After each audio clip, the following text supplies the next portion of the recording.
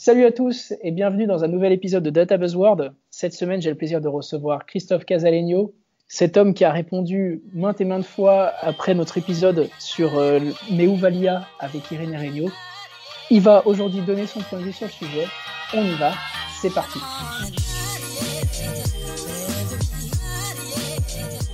Salut Christophe, comment ça va? Salut Jean-Louis. Ça va bien? Ouais, ça va. Est-ce que tu peux te présenter en 2 minutes? En 2 mots, donc je suis entrepreneur depuis plus de 20 ans, principalement dans le domaine des nouvelles technologies. Donc j'ai notamment fondé Digital Network en 1999, un MSP infogéreur, ou plus récemment encore en 2015 Scalarix, une société technologique qui utilise une combinaison des méthodes scientifiques et hacking pour résoudre des problèmes que d'autres pensent impossibles à résoudre. Sinon, je m'occupe également du service infrastructure et service managé pour OVH. J'ai beaucoup d'activités. Tu as beaucoup d'activités, effectivement. C'est quoi un service impossible à résoudre que tu dis? Un problème impossible à résoudre. En fait, ça dépend des gens. Donc, un problème impossible à résoudre, ça peut être quelque chose que les gens pensent qu'ils ne peuvent pas faire, ou alors qu'ils ne peuvent pas faire dans des conditions ou dans un timing déterminé. Donc, dans le domaine technologique, ça peut être, par exemple, je sais pas, tu as 4000 machines à déménager et tu as 48 heures pour les faire.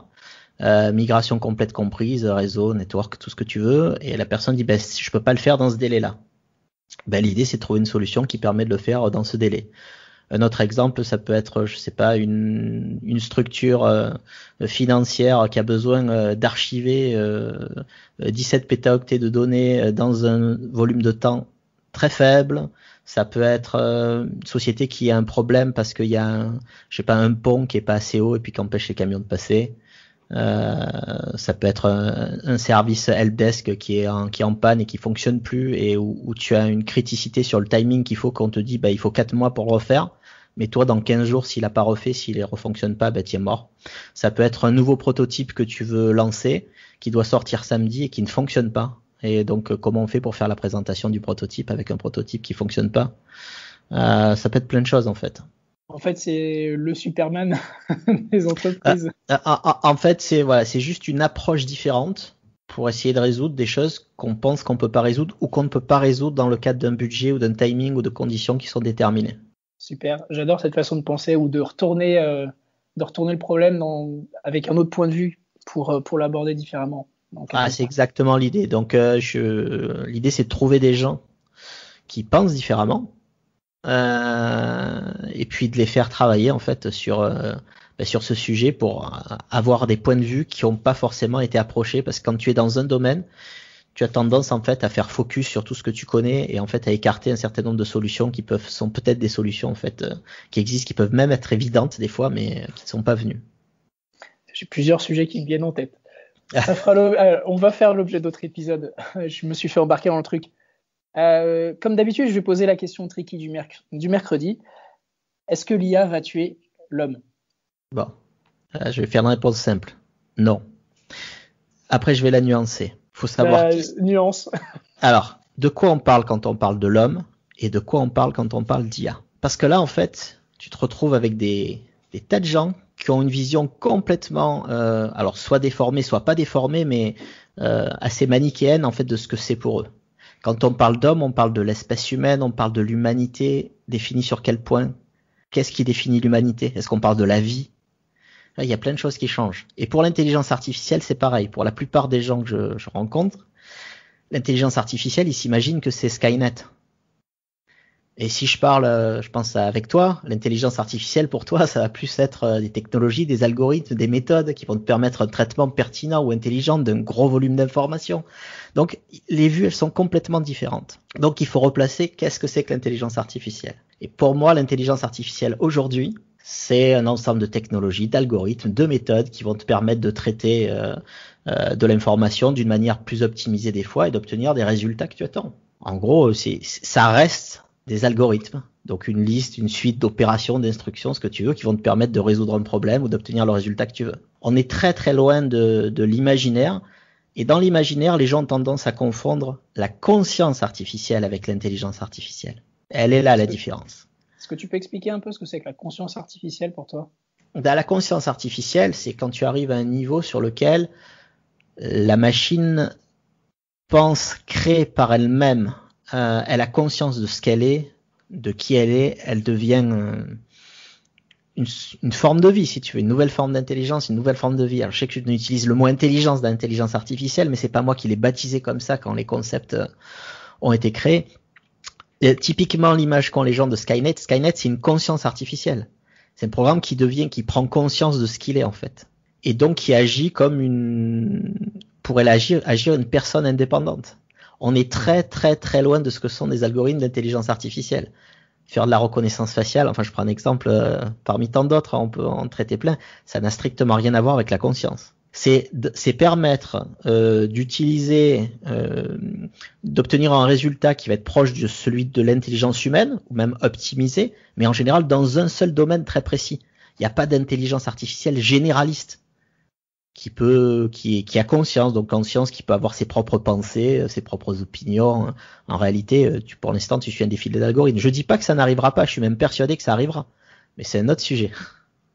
D'ailleurs, en anglais, intelligence, c'est la capacité d'acquérir et d'appliquer des données, des connaissances ou des skills, je ne sais plus comment dire, des compétences à un sujet, où on parle aussi d'intelligence, comme il y a le MI6. C'est l'intelligence, c'est plutôt la collection d'informations. Donc ça revient plus intelligence artificielle à connaissance artificielle ou application de connaissances grâce à des systèmes artificiels, mais pas forcément l'intelligence comme on l'entend en termes de réflexion. Oui, alors là tu es dans les domaines de l'intelligence. C'est là aussi où quand tu dis je fais de l'intelligence, par exemple en anglais c'est je fais du renseignement. C'est que je cherche, je récolte de l'information, je la traite, etc. Quand les gens te parlent d'intelligence, ils imaginent que c'est ce qui définit un être intelligent. Or, l'intelligence, par exemple, chez un être humain, elle est définie par un tas de facteurs. Et ce qui fait que nous sommes des êtres après qui sont conscients, c'est le rapport entre le fait que tu as un esprit, un cerveau qui fonctionne, et tu as un corps dedans aussi, qui réagit à ton environnement. Tu as des sentiments. Et tout ça, ça va influencer en fait tout ton fonctionnement. Et alors, toi, tu dis pour l'instant, on n'y est pas encore. Tu dis que tu es persuadé que ça arrivera un jour d'avoir la conscience dans les machines. À quoi ça peut ressembler ? C'est ce qu'on appelle un point de singularité technologique. Donc, le propre d'un point de singularité, c'est que justement, tu ne peux plus savoir à quoi ça ressemble après.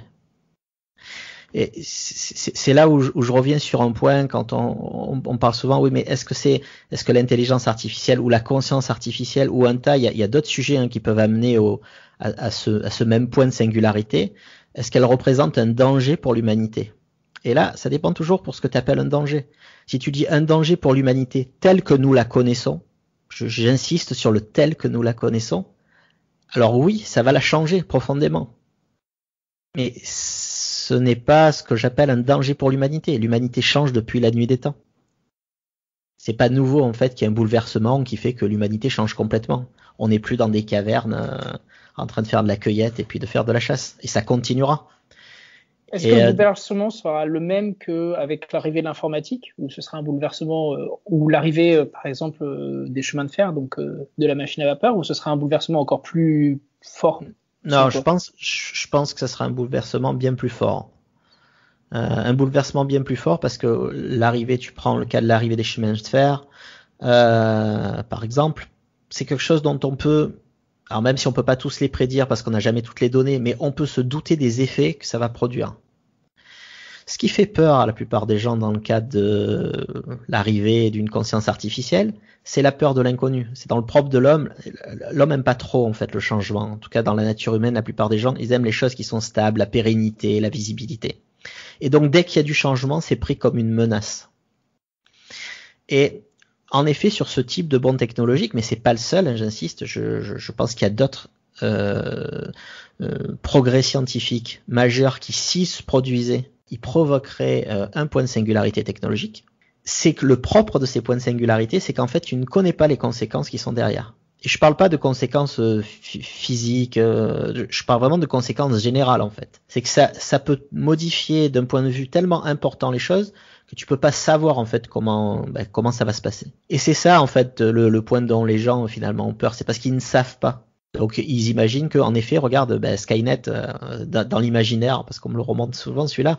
Voilà, ils imaginent ce point-là parce que ils ont vu des films qui leur donnent des points de repère, qui leur donnent ce point-là. Mais si tu leur as donné une autre culture, ils auront un point de vue différent. Donc ça dépend. On essaie toujours de se rattacher à des choses qu'on connaît. C'est les raisons pour lesquelles, par exemple, c'est extrêmement compliqué pour les gens d'essayer d'imaginer le fonctionnement des particules à l'échelle quantique. C'est parce que c'est un truc que tu n'as jamais pu observer à ton échelle, dans le monde réel. Donc imaginez, par exemple, je sais pas, une particule qui va dans deux directions différentes, à deux vitesses différentes, enfin une même particule.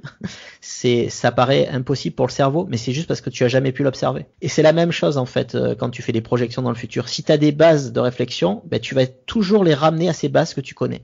Et donc si ce que tu connais c'est Terminator, mécaniquement tu peux pas t'empêcher de voir le rapport. Il y a des robots, il y a une prise de conscience, donc voilà, c'est de la futurologie. Et du coup, ça pose la question de l'éthique. Tu sais que Facebook a ouvert un centre de recherche consacré à l'éthique sur l'intelligence artificielle, je pense que c'était la semaine dernière, à l'Université technique de Munich, donc qui est un des temples, on va dire du deep learning, je vais pas dire de l'AI, mais bon, on va dire de l'AI et du deep learning. Ouais. Toi, tu penses qu'il y a un intérêt à travailler, à faire des comités éthiques, à faire des centres de recherche éthiques, ou tu penses que ça sert à rien parce que de toute façon on retardera pas l'arrivée de ce genre de choses et que l'éthique finalement aura peu d'intérêt dans les réflexions? Le principe, j'allais dire le problème de l'éthique, l'éthique part toujours d'une très bonne volonté. Mais l'enfer est pavé de bonnes intentions. La problématique, c'est que elle n'a de valeur que si elle s'applique à tout le monde. Une mesure éthique, que ça soit dans le domaine médical, recherche ou autre, elle a une valeur qu'à partir du moment où elle est commune à l'ensemble. Tu prends dans le cas de l'intelligence artificielle. Est-ce qu'on pense sérieusement que parce que, j'en sais rien, Facebook, les États-Unis, la France, peu importe, vont créer un comité, un centre spécifique à l'éthique qui va limiter un certain nombre de recherches, peut-être dans certains domaines, est-ce qu'on pense vraiment que ça va empêcher d'autres de les faire? En fait, c'est ça qu'il faut se poser la question. Et donc, souhaite-t-on que ces autres, qui n'auront peut-être pas toutes ces mêmes bonnes intentions, disposent avant de cette technologie? Parce que derrière, il y a une guerre économique aussi, il y a une guerre technologique. À partir du moment où tu mets il y a des limites qui pour moi ne doivent pas être franchies dans les applications, mais quand tu es dans le domaine de la recherche, tu restes dans la recherche. Après, la façon dont ça sera utilisé, c'est ça qui fera la différence.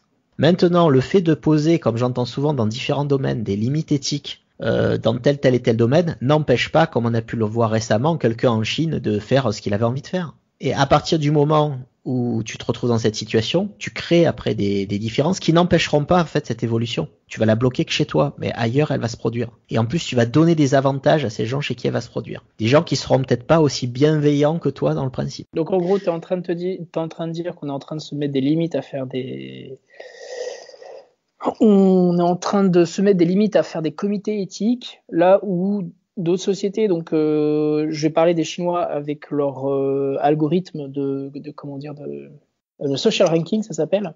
Eux vont prendre de l'avance et finalement nous mangerons. C'est un peu ça l'idée. Ouais, tu prends le cas, le social ranking n'est ni plus ni moins en fait qu'une application de technologie existante. En fait, c'est pas une invention, c'est la façon dont c'est utilisé qui peut être considéré comme bon après moi je juge pas si tu veux un régime qui essaie où il y a 1 milliard de personnes dedans parce que tu peux pas raisonner à la même échelle que quand tu as un pays avec 50 millions, mais ce point-là en fait, c'est un point d'application. Maintenant, si je reviens sur un point qui n'est pas un point d'application, admettons, il y a des gens qui travaillent sur le développement d'une conscience artificielle justement. Je suis à peu près sûr que d'un point de vue éthique, la plupart, il y a énormément de boucliers qui vont se lever. Dans le même temps, ailleurs dans le monde, il y aura quelqu'un d'autre qui travaillera sur ce sujet, où il n'y aura pas de bouclier éthique. Est-ce qu'il vaut pas mieux être les premiers à avoir développé cette conscience et peut-être l'éduquer, je prends des similarités avec les êtres humains pour que j'en comprenne, mais l'éduquer avec finalement des bonnes règles, une bonne éthique, plutôt que de laisser en fait d'autres, tu leur laisses l'exclusivité de cette technologie et d'en faire ce qu'ils en veulent. Tu sais, la technologie, en fait, c'est quelque chose d'assez neutre. Je sais que tout le monde partage pas cet avis, mais la technologie est quelque chose de neutre. Tu peux t'en servir pour faire le bien comme tu peux t'en servir pour faire le mal. On n'interdit pas la vente de fourchettes parce que d'un coup, il y a des gens qui se sont dit chic, je vais tuer mon voisin et lui planter une fourchette dans l'œil. Ça serait complètement ridicule. Et en fait, on arrive à la même chose. C'est-à-dire qu'on essaie de débattre sur des points dont en réalité, c'est l'utilisation qui en sera faite qui va changer les choses ou pas, d'un point de vue positif ou d'un point de vue négatif. Donc en fonction de comment tu la vois, une conscience artificielle, donc parce que la peur c'est quoi? C'est qu'elle dépasserait l'homme en termes justement d'intelligence et de capacité. Donc ça c'est la peur de l'homme, mais est-ce que c'est négatif? C'est pas forcément négatif, ça dépend ce que tu en fais. Ça peut aussi permettre de résoudre des millions de problèmes qu'on ne sait pas résoudre aujourd'hui. Et peut-être qu'on arrivera à les résoudre justement beaucoup plus facilement et plus rapidement grâce à cette conscience. Donc, mais alors, imagine-toi une conscience, quelque chose qui s'élève au-dessus de l'humain, donc des intérêts particuliers des humains. Donc, je vais prendre un enjeu écologique. Il y a un enjeu écologique sur le transport, enfin tout ça. Si t'es à peu près logique, l'humain détruit la planète. Il n'y a pas d'autre chose que l'humain qui est en train de détruire la planète aujourd'hui. Donc est-ce que pour le bien de l'humain, il ne faut pas éradiquer une partie de la population pour que la race humaine continue d'exister? Alors là, regarde, tu es typiquement... Je pose la question, elle est valable. Par exemple, moi, est-ce que dans le fond de mes tripes, j'ai envie d'avoir des enfants? Est-ce que il faut que j'ai des enfants? Si je regarde d'un point de vue global, par rapport à la surpopulation et le réchauffement climatique et tout ça, la science me dirait que non. Mais mes tripes vont me dire que oui. Et là, je pense qu'en fait, c'est que les gens se posent la plupart la mauvaise question. Je prends un exemple, une analogie, puis j'y reviens. Dans les fameux points de singularité dont je parle, il y en a un qui est considéré comme un point de singularité qui serait l'arrivée, réussir à rendre l'être humain immortel. Donc je te donne les deux camps qui s'affrontent et tu vas comprendre la logique sur laquelle je vais revenir à rebondir sur la question que tu me poses. Pour toute une partie des gens, c'est le problème. C'est-à-dire que l'espérance de vie de l'espèce humaine, il y en a qui pensent que c'est un problème justement avec la surpopulation, tout ça. Et que donc en fait, il y a même des gens qui t'expliquent que on va être obligé de faire des généralisations et de permettre une euthanasie super facilitée pour ça va participer à la résolution du problème. Et tu as des gens comme moi qui pensent qu'en fait c'est la solution. Alors je te prends un exemple tout simple dans ce domaine-là. La plupart des décisions aujourd'hui, elles sont prises à court terme parce que tu as une vie à court terme. Donc les gens, en fait, quand ils prennent une décision dans le monde politique par exemple, il leur importe peu ce qui va se passer en fait dans 100 ans. Parce qu'ils disent dans 100 ans je serai plus là.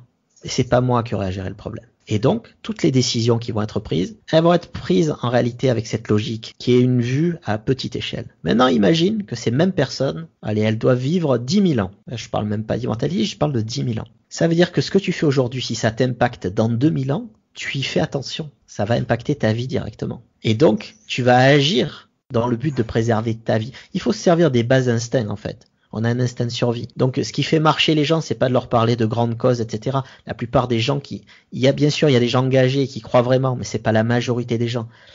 Pour la majorité des gens, la cause qui compte, c'est la leur. Et il y a rien de plus efficace, en fait, que de diriger justement cette condition, celle de leur propre survie ou de leur propre bien-être, vers les objectifs que tu veux atteindre. Et là, ça fonctionne parfaitement. Il n'y a pas besoin de grandes lois, il n'y a pas besoin de choses. À partir du moment où la solution que tu proposes devient la meilleure. Je suis parti loin là du coup. Non, c'est bien. Je reviens à ta demande où tu disais, oui, est-ce que la solution, ça peut pas être d'éliminer une partie de la population? Pour une IA, c'est ça mon point. Alors, oui, non. Si tu lui as donné les bonnes règles de départ et que dans les lots, tu lui expliques que, en fait, une de ses priorités, c'est de préserver dans tous les cas la population, le problème se pose plus. Elle étudiera les solutions qu'il peut y avoir tout en préservant la population. Tu le donnes comme une condition sine qua non. Et le problème ne se pose pas. Mais c'est quoi préserver la population? C'est préserver la population à grande échelle ou préserver l'opérateur de la machine? Alors, tu as deux choses. Ce sujet peut atteindre un tas d'éléments d'ailleurs. Dans le cas, on revient à ton idée de départ. Il y a une population mondiale, elle augmente. Il y a des problèmes, réchauffement climatique, pollution, etc. Mon opinion, c'est que la technologie et la conscience artificielle peut nous aider à supprimer ces problèmes ou à les régler. Pas à supprimer. En fait, si tu dis oui, c'est facile, alors il suffit de supprimer l'espèce humaine. C'est trop simple. Ah oui, mais une conscience artificielle peut penser ça. Non, pas si tu lui as appris qu'en fait, elle devait préserver l'espèce humaine dans son ensemble. Et de toute façon, elle va te donner un avis et après, t'appliqueras ou pas cet avis en fonction de la pertinence humaine que tu lui donnes. Mais la solution de dire, par exemple, la surpopulation est un problème, oui, c'est un problème, mais je pense pas que la solution soit d'arrêter que la population augmente. Je pense que la population, elle peut augmenter. La solution qu'il va donner, c'est arrêter de bétonner, arrêter de glyphosate, arrêter ci, arrêter ça. Non, il va peut-être te dire que au lieu de béton, non, tu dis arrêtez de bétonner, mais il y a des endroits où on a besoin de béton. Alors, je suis un mauvais exemple, là, je vis totalement à la campagne, j'aime pas les grandes villes, donc je suis loin de la civilisation. Mais quand tu es dans la civilisation, on peut très bien dire plutôt essayons d'inventer de nouveaux composants, de nouveaux matériaux qui vont avoir des propriétés qui eux ne seront pas nuisibles à l'environnement. C'est-à-dire de prendre ce qui est finalement le vrai problème. C'est comme quand j'entends dire des gens qui disent oui, regardez la construction d'un véhicule électrique, etc. Au final, ça pollue autant qu'un véhicule qui fonctionne au diesel. C'était exactement les mêmes qui expliquaient qu'il fallait pas construire de panneaux solaires parce que quand tu construisais un panneau solaire, l'énergie que tu allais dépenser à la construction du panneau solaire, le panneau solaire te le rendrait jamais dans toute sa vie de panneau solaire. Enfin, en fait, si tu fais ça, t'avances jamais. Bien sûr qu'au début, le premier panneau solaire que tu construis, il va peut-être te coûter 10 000 watts, je dis n'importe quoi, 10 kilowatts d'électricité, alors qu'il en produira que 5 dans toute sa vie. Mais c'est parce que tu l'as construit que tu as pu construire la génération d'après, qu'il y a pu construire la génération d'après, que tu arrives à quelque chose qui est 50 fois plus efficace et qui au final permet de faire cette transition. Si tu restes bloqué en fait au premier effet indirect, quand on parle des véhicules électriques, oui, mais si tu t'en sers dans un pays où l'électricité est produite par du charbon, en réalité tu pollues plus. Mais non, je pollue pas plus. Le problème c'est le charbon, là, c'est pas mon véhicule électrique. Donc l'endroit où il faut résoudre le problème, c'est pas sur mon véhicule, c'est sur la centrale à charbon. Il y a cette espèce de déport permanent en fait des causes sur des points en fait qui, ok, il faut agir aussi dessus, mais c'est pas en ne faisant rien en fait que ça va bouger. C'est un peu comme une fractale. Tu dois jongler entre la vue macro et la vue micro et il y a toujours des exceptions si tu rentres dans le micro pour ne pas exécuter la vue macro, quoi. Exactement. Est-ce que tu penses pas que l'IA va... Il y a beaucoup de questions en ce moment sur la partie démocratique, je vais dire, de l'IA, l'enjeu démocratique de l'IA. Est-ce que l'IA va pouvoir répondre à toutes les problématiques et pas juste les problématiques des plus riches, puisque ce sont, on va dire, les plus riches qui vont opérer ces machines-là. Ouais, on retombe sur aussi une idée vieille comme le monde. Aujourd'hui, c'est pour l'IA, mais on s'est posé cette même question pour toutes les technologies avant. Il faut bien que ça commence quelque part, en fait. Alors, tu sais, je reprends l'exemple, mais quand Tesla a commencé à produire ses premières voitures, elles étaient destinées qu'aux plus riches, parce que elles étaient extrêmement coûteuses. Et c'est ce qui lui a permis en fait de financer après des modèles de moins en moins coûteux. C'est pas parce que quelque chose à un moment donné bénéficie qu'à une fraction de la population que ça va pas lui bénéficier après en fait dans un second temps. Et c'est presque toujours comme ça que ça se produit si tu prends au cours de l'histoire. Les grandes avancées à un moment donné, elles bénéficient toujours qu'à une petite partie de la population, puis après elle s'étend, puis après on s'est industrialisé, puis après on s'est généralisé, et après tout le monde en profite. Il y a un élément simple, c'est d'aller parler, alors même il y a beaucoup de gens qui disent c'était mieux avant, ok, montrez-moi en quoi il y a des choses qui étaient mieux avant. Allez essayer d'aller vivre dans les conditions dans lesquelles vivaient nos parents. En réalité, le monde va pas plus mal. Il y a des problèmes, il y a eu des problèmes majeurs de pollution bien plus graves qu'aujourd'hui dans le passé et qui ont été résolus. Je pense notamment, alors j'ai plus le nom en tête de la personne qui avait fait cette découverte, il est connu d'ailleurs pour autre chose aussi, c'était l'empoisonnement au plomb. Et toute la planète a failli être éradiquée à cause de l'empoisonnement au plomb. Ça se retrouve, je vais pas préparer de parler de ce genre de choses, mais je veux dire c'était gravissime, je veux dire c'était en quelques dizaines d'années que ça pouvait arrêter. Et il y a un individu qui envers et contre tout, parce que personne ne croyait, puis il y avait les lobbies, etc., qui a réussi à démontrer ce truc-là, ça lui a pris toute une partie de sa vie, et d'un coup tout a changé, et tout le monde en fait a fait en sorte que ces émissions elles baissent, etc., et que les gens meurent pas tous empoisonnés au plomb. Donc si tu veux, c'est quand il y a un problème, tu trouves des solutions. Demain, je te donne un exemple tout simple.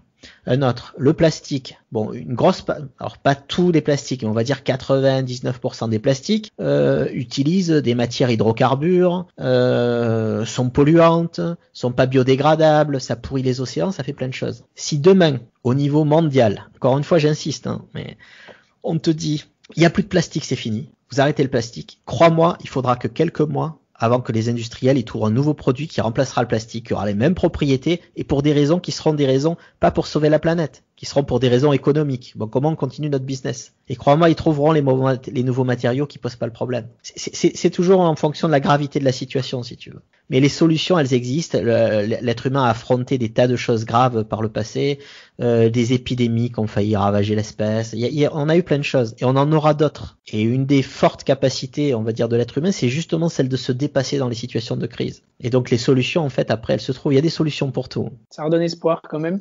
Si on revient à l'IA, donc là on dérive, mais c'est très bien parce que ça donne un petit peu la philosophie derrière. L'IA n'est que un des problèmes auxquels va faire face la population. Un des changements. Je vais pas dire problème. Je dis changement avant que tu me corriges. Je te remercie. C'est quoi l'état de l'IA aujourd'hui par rapport à ce point de singularité? C'est très compliqué, il y a plein d'avis qui divergent sur le sujet. Mon avis personnel, c'est qu'on est à entre 15 et 25 ans du point de singularité. Mais c'est un avis très personnel. On peut pas prédire de manière scientifique fiable parce que tu n'as jamais tous les paramètres qui déterminent quel est le moment où ça va changer. Parce que beaucoup de découvertes, en fait, tu sais, à un moment donné, elles sont découvertes aussi par des erreurs. Pas toujours quand tu es en train de travailler dessus. C'est pas peut-être que le premier algo, je sais pas, qui permettra la montée vers la conscience artificielle, c'est pas quelqu'un qui sera en train de travailler sur la conscience artificielle. C'est peut-être quelqu'un qui sera en train de travailler sur d'autres algos d'IA pour résoudre un autre problème. Donc on sait pas trop d'où ça vient. On sait juste voir qu'un certain niveau d'évolution technologique, une certaine concentration au niveau technologique, une vitesse de progression, elle est un signe. Beaucoup s'accordent à dire. Alors, il y en a beaucoup qui sont sur le 25 ans. Moi, je pense que ça peut arriver plus tôt. En fait, ce qu'on est en train de dire, c'est que le deep learning qui a déclenché ce buzzword d'IA, donc le deep learning n'est pas l'IA. Donc, pour redéfinir un peu le sujet, l'intelligence artificielle, c'est tout un pan de l'informatique, des maths et je pense qu'on dirait de la psychologie humaine sur la réflexion, tout ça. Ouais. Il y a ça. À l'intérieur de cette IA pour l'application informatique, il y a le machine learning et à côté, il y a aussi les systèmes experts. Les systèmes experts que maintenant on appelle IA symbolique, mais qui sont en fait des systèmes de décision, des mappings de décision. Puis à l'intérieur de ce machine learning, il y a le deep learning. Et donc le deep learning est une des méthodes du machine learning qui a permis, on va dire mathématiquement, de généraliser un certain type de problème. Ce deep learning a généré la révolution de l'IA. Et aujourd'hui, tu vois, ce que tu es en train de dire, c'est que le deep learning a été juste la flamme qui a mis le feu un peu aux poudres de tout un pan de l'informatique et des maths qui devait être traité, qui aujourd'hui a ramené des fonds, a ramené des débats, a ramené différentes personnalités et aussi différentes compétences dans les universités ou dans les entreprises pour déclencher ce que tu appelles toi l'accélération de la technologie qui va amener pour toi au point de singularité plus tôt que prévu parce que les croissances jusqu'à maintenant sur ces technologies-là ne sont pas égalées avec ce qu'on est en train de voir maintenant grâce à la concentration. Oui, alors si tu prends le cas du deep learning, pour moi typiquement, tu vois, tu parles de révolution de l'IA, pour moi le deep learning a permis l'évolution de l'IA. Et pour moi la révolution en fait elle est pour demain. On n'y est pas encore dans cette étape. La plupart des gens aussi savent pas que l'IA c'est pas quelque chose de très récent dans le concept. Et ça a été envisagé il y a déjà bien longtemps. Et les systèmes experts dont tu parlais par exemple, on a eu toute une génération de systèmes experts il y a bien longtemps. Pas il y a bien longtemps, dis pas ça. J'ai fait mon master là-dessus. C'était pas il y a si longtemps que ça. Je suis pas aussi vieux que toi. Tu peux pas dire ça. Les premiers systèmes experts, j'étais pas né. Ce qu'on appelait les systèmes experts, des grosses machines qui étaient capables d'aide à la prise à la décision, etc. Après toute la première branche de travaux sur l'IA, qui était dans la période, je sais plus, c'était après les années 60, un peu après les sujets qui ont été voilà. Donc, pour moi, c'était pas, il y a non plus. Mais à cette époque, on croyait déjà que ça allait changer tout le monde, que le monde allait changer, etc. On s'y est mis dedans. Moi, je me souviens quand j'étais gosse et que j'ai vu un film comme Tron, j'imaginais que 10 ans plus tard, je me projetterais dans un ordinateur. Enfin bon. Et après, t'y rattrapé par la réalité. Alors la réalité, c'est vrai, il y a un point qui a changé, c'est que la capacité des machines à l'époque, donc du hardware, était très très loin de notre capacité d'aujourd'hui. Avec le téléphone que t'as dans la poche, il fallait une salle complète remplie de machines pour avoir ne serait-ce qu'un dixième de la capacité de ce que tu as dans la poche. Et ça crée une accélération. De là à parler de révolution, pour moi la révolution elle n'a pas encore eu lieu. Pour moi on est dans une phase d'évolution aujourd'hui. On progresse rapidement, mais il y a des changements de paradigme qui sont en cours, mais on n'a pas non plus, si tu prends entre aujourd'hui et il y a 10 ans et que tu te déconnectes de ton métier uniquement et que tu regardes le monde dans sa généralité, ok, il y a eu des impacts, ça n'a pas non plus révolutionné le monde. Tout n'a pas changé du jour au lendemain, la vie des gens n'a pas changé du jour au lendemain, etc. On est dans une étape d'évolution. Pour moi, l'étape de révolution, elle est derrière. Et là, c'est encore un avis personnel que je partage. Je pense que c'est le croisement entre les technos d'IA, de deep learning et les avancées sur les fabrications d'ordinateurs quantiques qui vont déclencher cette révolution. Aujourd'hui, c'est pas très bien maîtrisé, mais ça avance quand même à pas de géant. Je vois le nombre de qubits qu'augmente régulièrement. Ouais, et puis t'as IBM qui a sorti son premier ordinateur commercial qubit, donc ça veut dire qu'on arrivait, c'est ce que tu disais, par rapport à ce que tu disais par rapport à l'électrique ou le panneau solaire. L'électrique et les panneaux solaires vient de passer. Là, ceux qui vont se payer les ordinateurs quantiques, on va dire commerciaux, sont les plus riches. Donc ça va être probablement des institutions financières ou des institutions de recherche. Mais c'est pas impossible que ça arrive prochainement dans ton téléphone portable dans 40 ans. Et encore une fois, bon, il y a toujours cette distinction, qui a tendance à un peu m'énerver en disant oui, les plus riches. Mais en fait, les mieux lotis, tu préfères? Non, c'est pas ça. C'est que le monde est pas tiré vers le haut par les plus pauvres, par ceux qui ont le moins de moyens. Le monde, tout est toujours tiré par le haut par ceux qui au final réussissent. Et d'ailleurs, un qui fait partie des plus pauvres aujourd'hui peut devenir un des plus riches ou des plus privilégiés demain. Même si les chances sont pas égales pour tout le monde peut le faire. Et à un moment donné, il faut bien qu'il y ait quelqu'un qui tire ça vers le haut. Si t'as pas un Elon Musk qui est multimilliardaire pour dire moi je vais envoyer des gens sur Mars, moi je vais faire de la voiture électrique, moi je vais construire d'énormes centrales solaires. Mais en fait, qui va le faire? Celui qui a pas d'argent? Comment tu veux qu'il change le monde? Il peut le changer qu'à son échelle et se dire. Mais là pareil, je vais donner un avis. Son gouvernement, son boulot, c'est de gouverner. C'est pas de changer le monde, c'est de créer le contexte, de créer les conditions, de te donner les règles qui vont permettre au changement de s'épanouir. Tu prends typiquement le domaine des startups, par exemple.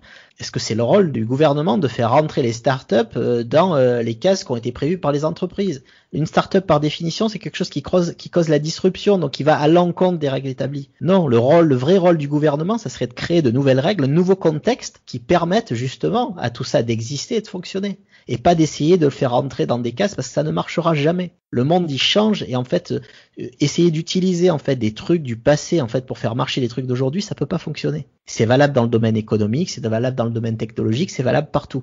Mais à un moment donné, il faut bien que les choses soient tirées vers le haut par quelqu'un. Et pour moi, ce quelqu'un, c'est pas les gouvernements. Eux, ils peuvent que créer finalement les règles, l'environnement, tout ce qu'il y a autour. C'est ça le boulot d'un gouvernement. Et puis assurer ta sécurité, assurer que les règles soient appliquées, etc.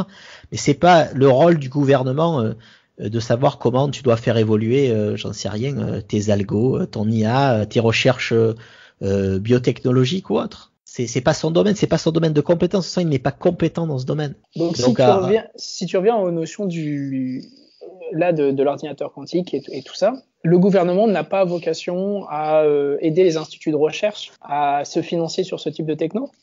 Alors, encore une fois, là, je vais donner un avis très personnel qui n'est pas applicable en l'état vu que les règles sont différentes. Donc là, tu tombes dans des sujets qui vont partir sur le débat politique. Allez, vas-y, c'est tes opinions, n'engage que toi, ça n'engage pas les miens. Exactement, ni les sociétés que je dirige, ni rien, c'est très personnel.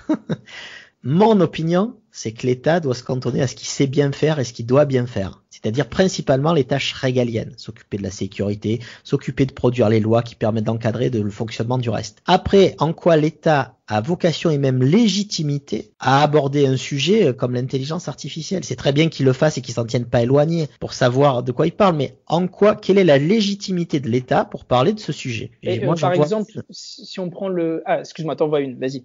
Non, j'ai dit j'en vois aucune. Et après, si je me parlais du financement, mon avis personnel, c'est que ce n'est pas le rôle de l'État de financer les entreprises privées, quelles qu'elles soient, y compris les miennes. Le rôle de l'État, c'est de créer le cadre et les conditions qui lui permettent justement d'accélérer ses financements. Alors, est-ce que le rapport de Villani, pour toi, il va dans quel sens? Il va dans le sens où il crée un cadre, il aide à construire un cadre qui est favorable aux entreprises pour aller débloquer des fonds ou des choses comme ça, parce qu'il crée de la sensibilisation, ou tu le vois plutôt comme le premier cas où l'État n'a pas vraiment son mot à dire et ne devrait pas entrer dans ce type de sujet? Alors, pour être transparent, je ne l'ai pas encore lu. Donc je m'exprime pas sur quelque chose que j'ai pas lu et dont juste j'ai entendu quelques bribes à droite à gauche sur internet qui sont souvent peu représentatives de ce qu'il y a dans un document. Donc il faut le lire pour avoir en fait une idée. Dans ce cas-là, je peux pas te répondre parce que je l'ai pas lu. Donc ce que je vais répondre, ça n'aura aucun sens. 230 pages, pardon.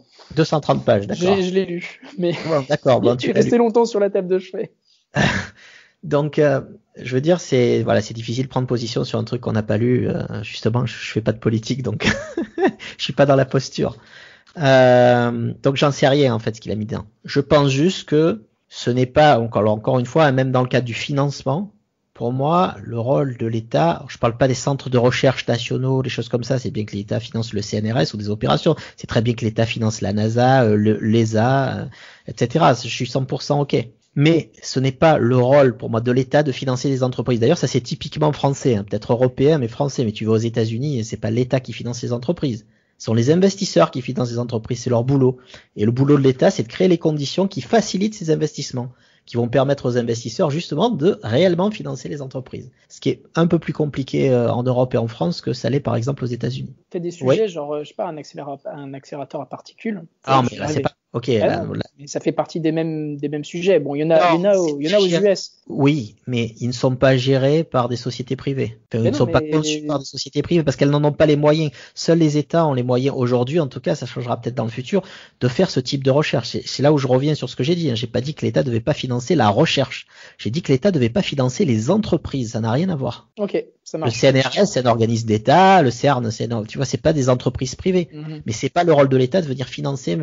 J'ai mon idée, je veux faire un projet privé dans un domaine. Ok, à moi de trouver les financements. Mais c'est pas l'État de financer pour moi. Pour moi, l'État a pas vocation à financer que ce soit des startups, des entreprises ou autres. L'État, il a vocation à s'occuper de son boulot. En effet, la recherche en fait dans un certain domaine partie, notamment la recherche fondamentale ou certains niveaux, ça demande de l'investissement de l'État. Et là, 100% d'accord. Mais ce sont pas des entreprises. Ça finance la recherche. Le CNRS n'est pas une entreprise. Son but, c'est pas de faire du profit. Le but d'une entreprise, c'est pas d'aider les gens, c'est de faire du profit. Pour faire du profit, on a découvert que le meilleur moyen, c'était de résoudre un problème. C'est-à-dire que quand tu découvres que les gens ont un problème, et s'ils trouvent une solution pour résoudre un problème, mécaniquement, ça fonctionne et ça génère du profit. Et donc, tu fais d'une pierre deux coups. En même temps, tu résous un problème et en même temps, tu génères du profit. Et c'est la seule raison, en fait, valable, en fait, qui pousse une entreprise à agir. Une entreprise n'est pas une ONG. Tout le temps, j'entends parler, oui, vous vous rendez compte ce que fait Amazon ou telle société et tout, mais ce sont pas des ONG, ce sont pas des associations à but non lucratif. Leur but, c'est de s'enrichir. C'est le but d'une entreprise. C'est défini dans l'objet social d'une entreprise qu'elle doit gagner de l'argent. Sinon, c'est une œuvre caritative. Ça t'empêche pas d'être éthique aussi dans tes choix et dans la manière dont tu traites ton business. Je suis 100% d'accord, mais comme tu viens de bien le dire, dans tes choix, je choisis d'être éthique. Et la population me le rendra ou me le rendra pas. Et là, il y a un problème de c'est quoi l'éthique? Peut-être que ton éthique et la mienne sur un sujet va être complètement différente. Et tu vas dire, ah ça c'est pas éthique. Et moi je vais dire, ah non, au contraire, c'est très éthique. C'est quelque chose qui est vachement personnel en fait, l'éthique. C'est moi par exemple, je m'applique des règles dans le business aussi, dont des règles d'éthique. Mais en fait, c'est pas des lois. Il y a les lois, ce que tu dois respecter, c'est la loi. C'est déterminé, il y a la loi, il y a des choses qui sont permises et il y a des choses qui sont pas permises. Elles sont très simples. Ça, ce sont les règles du jeu. Et après, il y a les règles que tu t'imposes à toi-même par rapport justement à ta propre éthique, à ta conception de ce qu'est l'éthique, etc. Mais celle-là, elle est différente d'une personne à l'autre. Et en quoi je suis apte à juger l'éthique, j'en sais rien, du PDG d'Amazon par rapport à la mienne. En quoi la mienne, elle a plus de légitimité? Elle en a pas. Autant il y a des éléments qui sont dès que tu as un truc à ne pas faire, je sais pas moi, ne pas tuer autrui, d'accord? Je veux dire, c'est simple. Tu comprends que c'est éthique. Il n'y a pas besoin en fait qu'on te fasse un cours pour comprendre que c'est mal de tuer quelqu'un parce que t'aimerais pas qu'on te tue. Donc je veux dire là tu es sur un truc qui est très simple. T'aimerais pas qu'on te fasse du mal, donc c'est logique que tu fasses pas du mal aux gens. C'est-à-dire là tu es sur des débats qui sont très simples. Après il y a des sujets qui sont beaucoup plus discutables parce qu'ils vont dépendre de ton opinion et ton opinion à toi elle va dépendre de là où tu es né, de comment tu as vécu, de l'éducation que tu as reçue, dans quel milieu sociétal tu te trouves, etc., etc. Il y a plein d'impacts. Tu peux pas comparer l'éthique d'un Chinois par exemple à l'éthique d'un Européen. Tu n'as pas vécu la vie d'un Chinois. Il faut être né en Chine et avoir vécu en Chine en fait pour comprendre que les notions elles sont complètement différentes. Alors il y a des trucs qui vont te paraître horribles et qui pour eux vont paraître tout à fait normaux. Le crédit social par exemple, le crédit social dont on parlait, le fait de se faire.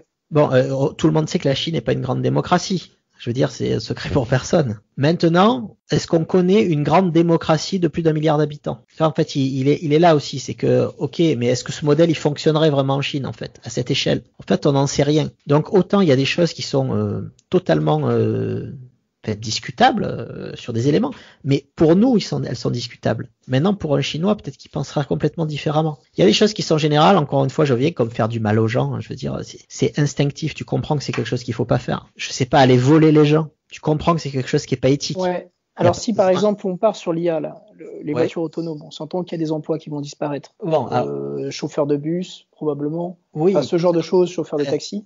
C'est un sujet que j'adore d'ailleurs, la voiture autonome. et le véhicule autonome de manière générale. Il y a des emplois qui vont disparaître.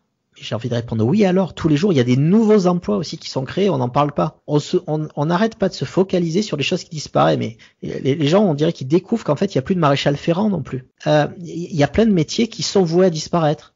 Donc en effet, oui, chauffeur, c'est voué à disparaître, à plus ou moins long terme. Et ça n'a rien de dramatique que ça disparaisse. Dans le même temps, ça a créé, il y a plein d'autres métiers qui ont été créés qui n'existaient pas il y a 10 ans. Donc, est-ce que on va dire, parce que ça fait disparaître des emplois, il faut pas le faire? C'est complètement ridicule. C'est pas ça la finalité. La finalité n'est pas de créer ou pas de l'emploi. Si tu crées artificiellement de l'emploi, mécaniquement, ton emploi, il a pas de valeur, vu que tu le crées artificiellement. Bon, alors on va arrêter de faire monter les voitures dans des usines automatiques. À la place, on va embaucher des milliers de personnes qui vont monter les voitures. Donc le prix des voitures, il va être multiplié par 5 ou 6. On en reviendra à l'époque où comme tu disais tout à l'heure, où ça profitera qu'aux plus riches. Alors qu'aujourd'hui, la majorité des gens ont la capacité de s'acheter une voiture. Après, tu reprends le cas des véhicules autonomes. L'éthique, moi, je vois un sujet éthique, par exemple, dans le cas du véhicule autonome, mais qui va différer en fonction des personnes.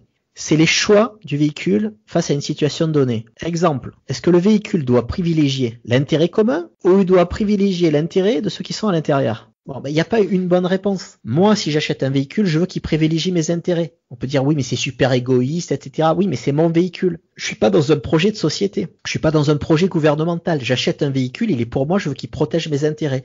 Donc, il peut écraser 3 personnes sur la route et il va sauver ma peau. Oui, je le dis, je préfère qu'il sauve ma peau. Est-ce que c'est la meilleure solution? Non. Quelqu'un d'autre va dire, moi, je préfère que ça privilégie l'intérêt général. Mais très bien, mais ne l'impose pas aux autres. En fait, c'est tout. Attends, mais alors ne l'impose pas aux autres. Comment est-ce qu'ils vont se mettre d'accord, ces constructeurs automobiles? Bon, alors ça c'est le grand débat. Moi, la solution que je verrais, elle est très simple, c'est que tu fais le choix. Tu choisis ton véhicule si tu veux qu'il privilégie l'intérêt général. Et là encore, ça va être compliqué parce que je préfère écraser 2 enfants ou tuer 3 vieux. Ça risque d'être compliqué quand même, mais bon.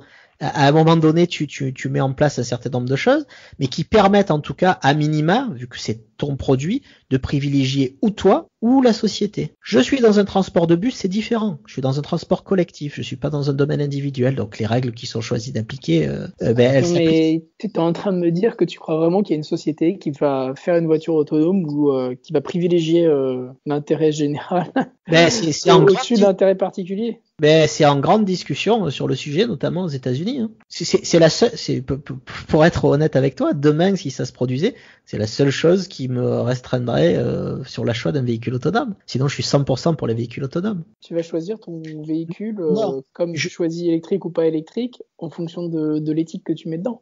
Non, je pense qu'en réalité, il y a des décisions qui seront prises et que les gens seront forcés d'appliquer cette décision-là. Mais mon opinion, c'est que ça ne devrait pas être comme ça. Mon opinion, c'est que ça devrait être un choix. Un choix personnel. À partir du moment où ça garde une certaine logique et puis que ça reste conforme et puis que ça continue d'améliorer les choses. Mais en effet, oui, j'imagine très bien que demain, une voiture peut te laisser le choix entre privilégier les gens qui sont dans la voiture ou privilégier l'intérêt commun. Pourquoi pas? C'est pas un gros changement d'algorithmie. Hein. Non, mais la question à se poser. Donc pour toi, c'est pas un gouvernement de légiférer là-dessus? Non, pas sur le véhicule autonome que moi je vais acheter. Maintenant que le gouvernement légifère et encore, moi je suis sur les transports publics parce qu'il y en a. Si c'était que des transports privés, je te dirais, c'est aux sociétés privées de légiférer dessus. Et après les utilisateurs, s'ils sont pas contents, ils utiliseront pas telle ou telle société. Et puis automatiquement, ça fera le tri de ce que les gens veulent et de ce qu'ils veulent pas. C'est quelque chose que les gens l'argent en fait, au final, ça finit toujours par arriver. C'est une façon de voir les choses. Donc on attend la prochaine révolution quantique, l'arrivée du quantique à échelle industrielle, on va le dire comme ça, pour voir la révolution de l'IA, selon toi. C'est ce que ça sera d'ici 15-20 ans. C'est ce que je pense. Okay. Après, il peut y avoir des changements si justement, je sais pas, il y a des gouvernements qui se mettent à bloquer certaines choses ou autres. Mais ce que je pense, c'est que ça va se produire d'une manière ou d'une autre. C'est-à-dire que même si à un moment donné, il y a des barrages, je pense qu'il y en a que de toute façon qui ne tiendra pas compte des barrages parce qu'ils ne seront pas soumis à cette autorité. Et par définition, ça se produira. Et le dernier point, c'est souvent quand tu as des conseils éthiques, etc., qui se mettent en place, le problème qu'il y a, en fait, c'est la responsabilité qu'on fait porter sur ces gens. Et au bout d'un moment, en fait, cette pression de la responsabilité, elle est telle que les gens, finalement, ne veulent prendre aucun risque pour eux-mêmes, parce que c'est eux qui seront mis en cause. Et du coup, ils prennent des décisions qui sont plus des décisions de raison. Ils prennent des décisions en fait qui ont juste pour vue en fait de se protéger, de protéger l'organisme en question. C'est pour ça qu'en général, ça fonctionne mal. On va imaginer un conseil éthique à l'ONU sur l'IA. Un conseil éthique à l'ONU sur l'IA. Quelque chose qui rassemble de façon internationale. Oui. Avec une légitimité de politique pour traiter ce type de sujet. Et la légitimité d'un organisme comme l'ONU pour un sujet purement technologique. Autant tu me dises pour la guerre dans le monde, ben oui, moi je considère que c'est le rôle des États d'éviter que ça se produise, évite qu'il se produisent des massacres, d'intervenir sur ce genre de choses. Là, on est dans un rôle régalien, on est dans un rôle étatique. Maintenant, est-ce que c'est le rôle d'un organisme comme l'ONU de légiférer, alors que ce soit sur l'IA, sur les biotechnologies, sur je ne sais pas quoi? J'en suis pas convaincu. Non, mais j'ai pris l'ONU lambda, mais ce que je veux dire, un organisme multi-État, etc. Mais qui a pignon sur rue. Les personnes, en fait, que nommerait, parce que autant une décision qui est en rapport avec une décision politique, elle est simple à comprendre et à comprendre le positionnement des enjeux, autant dans le domaine technologique. Comment tu donnes la légitimité à quelqu'un? Qui est légitime aujourd'hui? Si tu me dis qui est légitime pour parler de l'IA, pas moi, mais je vois personne d'autre en fait. Que les gens soient légitimes pour en parler en termes technologiques, etc., tout le monde l'est. Que les gens soient légitimes pour en parler en termes éthiques, tout le monde l'est, selon ses propres conceptions de l'éthique. Qui a la légitimité pour parler au nom d'un pays sur une technologie? Pour moi, personne. C'est pas le rôle d'une société non plus. Non, c'est pas non plus le rôle d'une entreprise. Elle fait son boulot dans le cadre qui lui a été donné. C'est pas à elle si tu veux, de décider pour tout le monde. Elle décide pour elle. Après, le monde fera la décision tout seul en fonction des adoptions ou des non-adoptions. Alors attention, je nuance juste mon truc parce que je vois déjà venir le troll. Prenons un sujet, mais encore, tu vois, prenons le cas du nucléaire. Voilà, je pars volontairement sur un sujet qui est un sujet clivant aussi. Il y a des anti-nucléaires et il y a des pro-nucléaires, essentiellement. Il y a peu de personnes qui sont neutres sur le sujet. Mais il y en a. Mais tu vois, ça, c'est des sujets compliqués et sur lesquels je pense qu'en effet, ce sont les États qui doivent légiférer. Alors non, pas sur le nucléaire en général, mais par exemple sur le nucléaire, entre guillemets, je vais utiliser un mot pas du tout scientifique, sale. Aujourd'hui, la façon dont on utilise l'industrie nucléaire, c'est quelque chose qui est relativement fiable. Hein. Le nucléaire, c'est très fiable, il y a beaucoup de sécurité, etc. Et il y a peut-être qu'une chance sur 100 millions qui se produise un incident. Et c'est vrai. Tu prends le cas de Fukushima. Fukushima, ça a été étudié par les meilleurs experts. C'était fait pour résister à un tremblement de terre. C'était fait pour résister à un tsunami.